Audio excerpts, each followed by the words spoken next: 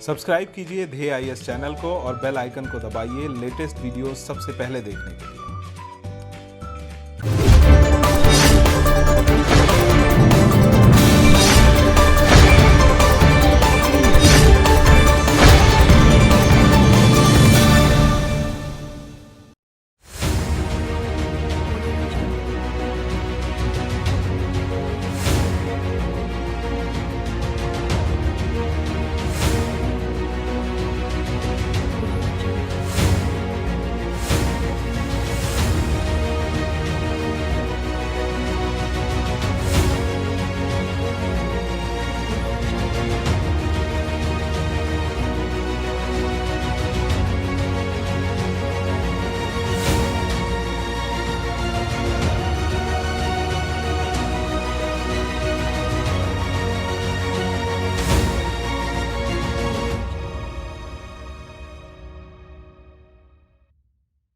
अरब देशों की दुनिया में संयुक्त अरब अमीरात पहला देश होगा जो मंगल ग्रह के लिए मिशन लॉन्च करेगा। जी हाँ, अगले 40 दिनों में यूनाइटेड अरब अमीरात अपना मंगल मिशन लॉन्च कर देगा। आज डीएनएस कार्यक्रम में जानेंगे संयुक्त अरब अमीरात के इस मंगल मिशन के बारे में।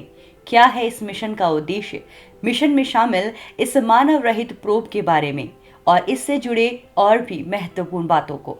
अरब देशों का मंगल ग्रह पर पहला अभियान 15 जुलाई को शुरू होगा। यह संयुक्त अरब अमीरात के महत्वाकांक्षी अंतरिक्ष कार्यक्रम का अगला चरण होगा। इस मिशन का उद्देश्य है मंगल ग्रह के वातावरण के मौसम के रहस्यों को सुलझाना। यूएई इस मिशन के जरिए बताना चाहता है कि वो भी अंतरिक्ष विज्ञान की दुनिया में आगे बढ़ रहा है। यूएई के 9 सैटेलाइट पहले से अंतरिक्ष में हैं और उसकी योजना है आने वाले वर्षों में 8 और सैटेलाइट अंतरिक्ष में भेजे जाएं। लगभग एक बड़ी गाड़ी के आकार के जैसे 1350 किलोग्राम के इस प्रोब का प्रक्षेपण जापान के तानेगाशिमा अंतरिक्ष केंद्र से 15 जुलाई को होगा, लेकिन मौसम और अन्य कारणों को देखते हुए प्रक्षेपण की अवधि को अगस्त की शुरुआत तक रखा गया है। आपको बता दें, इस मानव रहित प्रोब का नाम अल अमल है। ये अरबी शब्द है, इसका मतलब होता है उम्मीद। अल अमल को पृथ्वी से मंगल तक की 49.3 करोड़ किलोमीटर की दूरी तय करने में 7 महीने लग जाएंगे। वहीं अधिकारियों का कहना है कि अल अमल की रूपरेखा ही इस उद्देश्य से बनाई गई है कि इसके इलाके के युवा प्रेरित हों और वैज्ञानिक दृष्टि से महत्वपूर्ण खोजों का मार्ग प्रशस्त करें।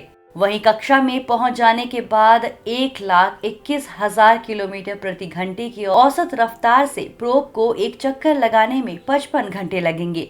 UAE command and control centre से संपर्क सप्ताह में 2 बार 6 से 8 घंटों के लिए सीमित रहेगा। आपको बता दें, प्रोब कक्षा में मंगल ग्रह के पूरे 1 साल की अवधि के बराबर तक रहेगा। अल अमल का प्रक्षेपण इस कार्यक्रम का अगला मील का पत्थर होगा। प्रोब पर लगे 3 उपकरण मंगल के वातावरण की पूरी तस्वीर देंगे। पहला एक इंफ्रारेड स्पेक्ट्रोमीटर है, वातावरण के निचले भाग को मापने और तापमान की संरचना का विश्लेषण करने के लिए। दूसरा हाई रेजोल्यूशन इमेजर है, जो वहां मौजूद ओजोन के स्तर की जानकारी देगा। तीसरा एक अल्ट्रावायलेट स्पेक्ट्रोमीटर है, जो सतह से 43,000 किलोमीटर की दूरी से ऑक्सीजन और हाइड्रोजन के स्तर को मापेगा। अधिकारियों का कहना है कि दूसरे ग्रहों के वातावरण को समझने से पृथ्वी के जलवायु को भी बेहतर समझने में मदद मिलेगी। वहीं सितंबर में यूएई ने पहली बार अंतरिक्ष में अमीराती एस्ट्रोनॉट भी भेजा। हज्जा अल मंसूरी अंतरिक्ष में जाने वाले पहले अमीराती बने। कजाकिस्तान में भेजे हुए एक सोयूज रॉकेट में अल मंसूरी 2 और साथियों के साथ अंतरिक्ष में पहुंचे और 8 दिनों के मिशन को पूरा कर वापस लौट आए। इस मिशन के दौरान वो अंतर्राष्ट्रीय अंतरिक्ष स्टेशन पर पहुंचने वाले पहले अरब नागरिक बने। यूएई की महत्वाकांक्षाएं कहीं ज्यादा है। यूएई का लक्ष्य 2117 तक मंगल पर एक मानव बस्ती को बसाने का है। उससे पहले यूएई की योजना है दुबई के बाहर स्थित रेगिस्तान में सफेद गुंबद वाले एक साइंस सिटी की रचना करना, जिसमें मंगल ग्रह के जैसे हालात की पूरी नकल की जाएगी और उस ग्रह पर बस्तियां बसाने के लिए आवश्यक तकनीक विकसित की जाएगी।